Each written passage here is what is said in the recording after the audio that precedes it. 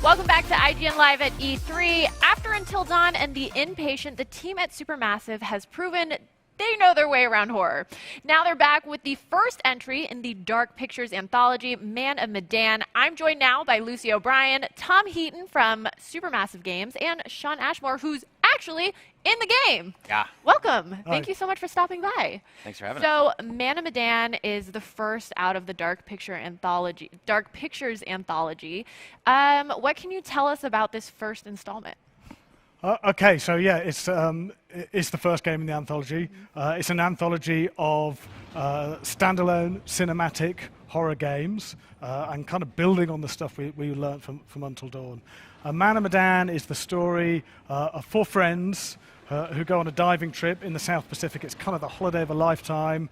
They're accompanied by the skipper of the boat they've hired, and they're divers. They go on a diving trip and they find this World War II era bomber. They're kind of like a brand new find. They're really excited for it.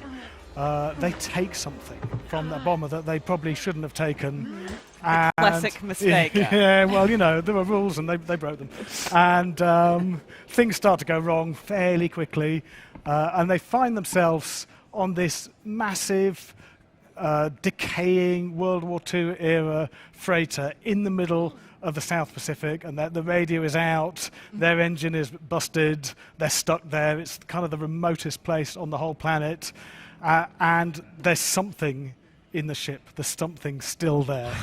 Is it You ghost guys ship? can't see my face, but I made a face. And you know, it's your job to get all those characters out alive. You've spoken about the fact that every sort of story in this anthology will be different and standalone. So what genre is Man of Medan in terms of the horror genre, and will the other entries be sort of different horror genres? Yeah, so one thing we do is we combine genres a lot, subgenres of horror. So Man of Medan is kind of ghost ship, but there's also elements of home invasion movies and things.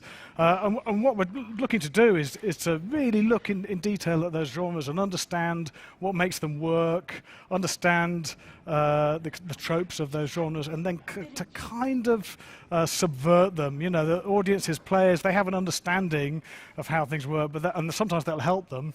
And sometimes it won't. Other games in the series will have different starting points. They'll start from different genres and they'll explore them in their own way. So what exactly makes it an anthology? Obviously, are they tied by something? Like, what is kind of the through line? I think there's a couple of things there. So one thing is we kind of, at Supermassive, we have a house style of how we do horror, things we've learned over the years. We're all about really strong narrative, strong, interesting characters, and very, very choice-driven, branching narratives. So all the games in the series will have all those elements. And then there are some elements that connect the series. All the stories are completely standalone. They have different characters, different cast, but we got this guy, the curator, that you meet, who kind of introduces each story, and at various points in the games he'll kind of sit you down, talk you through what you've done, and he's kind of an intimidating guy. Maybe you know, you can't really trust what he's saying, so he appears in all of the games. Okay. Does he ask you about things that you're scared about and then show you the things that you're scared about? Are you scared about that? Yes, actually, I am. This is a strategic question, so that I can kind of reverse psychology it. He might. Shawn, tell us about your character.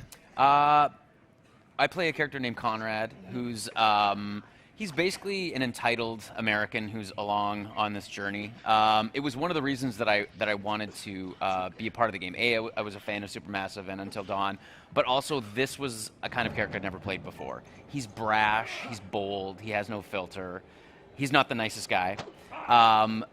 But within the context of a sort of a survival story and a story like this, a character like that is very useful. So I just had fun playing this character. And again, for me, being a part of games right now is so exciting, especially narrative-driven and character-driven games. The technology is getting to a point where the what you emote as an actor can be captured authentically, and then the audience and the game players can actually feel that. So that's really exciting to feel like, oh, what we're doing and representing in a performance is translated really, really well. So yeah, that's Conrad in a nutshell, and kind of why it's fun to be a part of something like this. Will we want to willingly send you to your death? We sort of talked about that earlier. What's interesting is like each character is very different, and that's again what I think Supermassive does really well. And I think that certain people will be interested in having Conrad survive, and maybe some people, well, he won't be their favorite character. But again, bold choices and characters that I think everybody will sort of be able to see themselves a part of, and say like, well, this is definitely a character that I want to see make it through. And the other thing that's great too is like there's so much branching narrative that when I was watching some of the playthrough today, I was like, oh, I'd forgotten we had done that. I mean, there's just so many different variations these characters can go through. It's pretty cool. How exactly do you prepare for a character knowing that some pivotal decisions aren't necessarily in the character's hands? Like the player could choose something that maybe you as Conrad wouldn't have thought that's what Conrad would do. That's actually a really interesting question, and that is a challenge. I mean, essentially with like a feature script or television script, you could see the full arc of the character. So you make those decisions, well, the screenwriter makes the decision and you as an actor play that through, but make decisions how to make the character make sense to you along the way. It's essentially just a more complex form of storytelling, and you just have to think through a lot more branches. And so it's like, yeah, would I make that decision? No. But there's often feature scripts where I'm like, well, I wouldn't do that as the character, but you just have to follow that path. Yeah. So there's just more variations for you to think through, which ultimately helps you think through the character as an actor a lot more sort of in an in-depth way, because you're thinking about all the variations that could happen. So it's kind of an interesting way and an interesting character study that you don't necessarily do as in-depth with maybe film or television. Interesting. How brutal are you going to be with us as players? Because when I played through Until Dawn, I played through twice. The first time I had one character survive, and the second time I kind of figured out some of the tips and tricks and managed to keep the whole cast. So how difficult is that going to be this time around? We think it'll be pretty difficult to keep everyone alive, and we want, when you go to see a horror movie, I mean, some of the cast die. That always happens, right? It would be a really weird horror movie if everyone survives. So we have the same mentality. It'll be difficult to keep everyone alive. People will be looking for one or two maybe, and then they go and play it again, see if they can find out what went wrong and make it go right this time. So it's one of the things we enjoy most, really, is sitting around planning all the deaths. We have whole kind of meetings about character deaths and how we can do that. And, what a sick job! Yeah, how do you feel about that, Shawn? I don't know. I mean, again, I watched some stuff this morning, and it was like, ooh, that's brutal. So, obviously, Supermassive has put out Until Dawn and The Inpatient. What have you guys learned and taken with you to Man of Medan? I mean, we learned so much from those games. One of the really interesting things was how audiences played those games. So, we're sitting there, development takes quite a long time. We're kind of in a bubble. Yeah. And we thought about how the player would play the game and try to anticipate the things they would do. As soon as it launched, I mean, it was so big with the streaming community, and that was amazing for us. We really didn't anticipate that people would be playing it through and other people would be watching, and it was and people played it in groups. They'd have parties, they'd invite people around, get some beers in, and kind of divvy up the characters, each adopt their character and play that way. And we kind of thought that might happen, but we didn't have any sense of the scale of that. Yeah. So that was something we really wanted to cater for with Man of Medan, to help people play in that way and to help people that were going to stream it was really cool. But there was one other thing, which was people really got into the relationships between the characters, not just the characters themselves, but the relationships, and not the kind of relationships we'd planned, other relationships. So that was very exciting for us, and we kind of had a relationship system about how everyone related to each other, but we kind of supersized that and really allowed you to go in and find out why people like each other and the things you can do that will affect the relationships, give you little reward sequences, if they're feeling really good about each other. So how big are these games? They're standalone. How long are we sort of talking? Well, the running times will be between 4 and 5 hours.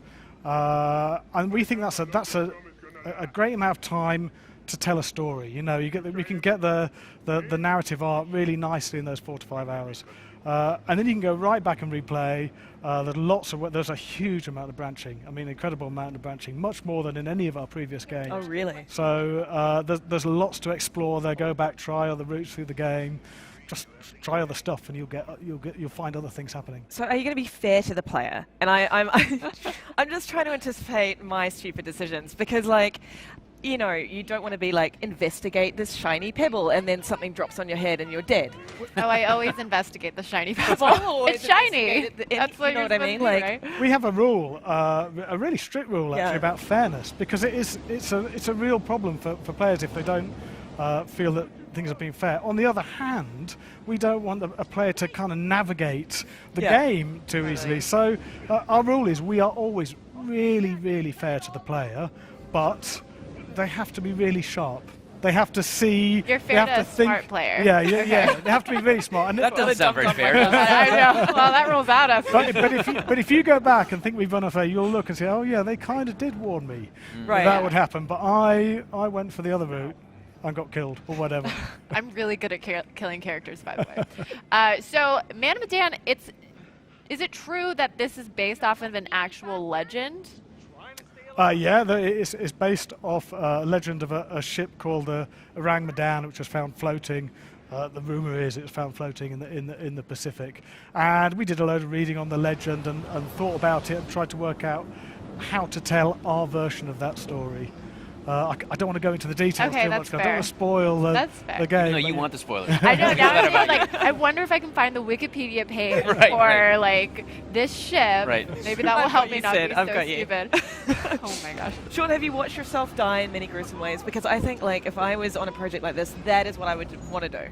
Yeah, that's strange. Yeah.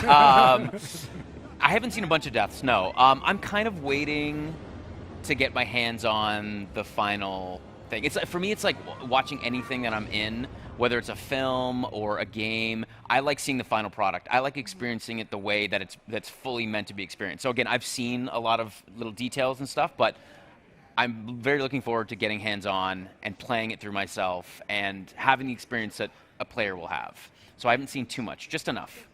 Just enough. And the other thing that's weird too, speaking about spoilers and knowing what things are going to happen, because there was so much branching content and we shot it, I don't know, quite a while ago now, I have forgotten about some of it. So I see little details and I'm like, oh, I forgot about that. So it's not like I'm going to be playing through this game and know where all the scares are coming from or where all the details are coming from. I actually think that there's enough content that I'm actually going to be surprised myself. You know what's really bad? That happens to me as well. Sometimes. Yeah. We're playing it and I go, yeah. oh, this scene, yeah. Are there any scenes that you're having a hard time like getting back to? Like, you know that it's deep in there, but you can't quite find the branching to get there? That can happen, yeah, that can happen. Maybe not whole scenes, but little bits of scenes. Yeah. Where we've got little crib sheets of, do this, then do that. Make sure you pass that QTE, and then we'll get to it. Have you got any really wild, off-the-wall kind of endings that are almost like an Easter egg for the player to discover? Like, you have to do something really obscure in order to... Like maybe they go to space. Yeah, they go to space, or like, a pig was controlling the whole thing all along, or... Neither of those two things are in the game, Okay, okay? well, Not yet. we can add that to the Wikipedia page. Yeah, well, that does not happen. We have a lot of different ways the game can end. Narratively, a lot of different ways. Some will be much easier to find with others, and even within those different ways it can end, different characters can be alive or dead, and there are little changes there. So yeah, there's a lot to explore there, a lot to find. There was one, sorry, interrupt. No, There was one interrupt really me. shocking ending that didn't. There's a really shocking ending? For me, it was Is like it shocking? You can give me like a wink if it's not literally shocking, as in like electricity, but it was a very shocking ending. And because again, we get the rundown. Okay, so this could happen, these are the scenarios, and most of them I was like, okay, that makes sense. Like, oh, that's crazy. But then there was one in particular, and of course I'm not going to say it, but where I was like, oh my god, I can't believe you guys are going to do that. So I think you went there. It's still in the game. It's still in the game, yeah. Okay. I wonder if you know what I'm talking about. I do know. Okay, yeah. Shawn Yeah, it was crazy. It's like a crazy, crazy ending. I was like, whoa, okay. But I loved it. It was actually one of my favorite like end game scenarios. So I don't know how you get there. I'm not sure what you need to do to get there, but it was really cool. Okay, so they're telling me to wrap, but I just need to get this question in. On a scale of 1 to like, you are going to cry when you play this game, I have to know how scary it is. You were gonna cry, or I'm you were going- gonna cry? Oh, Sid's going to cry. I'll cry no matter what. But how scary would you say this game is on like a number scale? Oh, it's a 10. Oh, good. Okay, well, thanks for stopping by. Thank you so much, guys. Very excited to see what else you have in store for the Dark Pictures Anthology.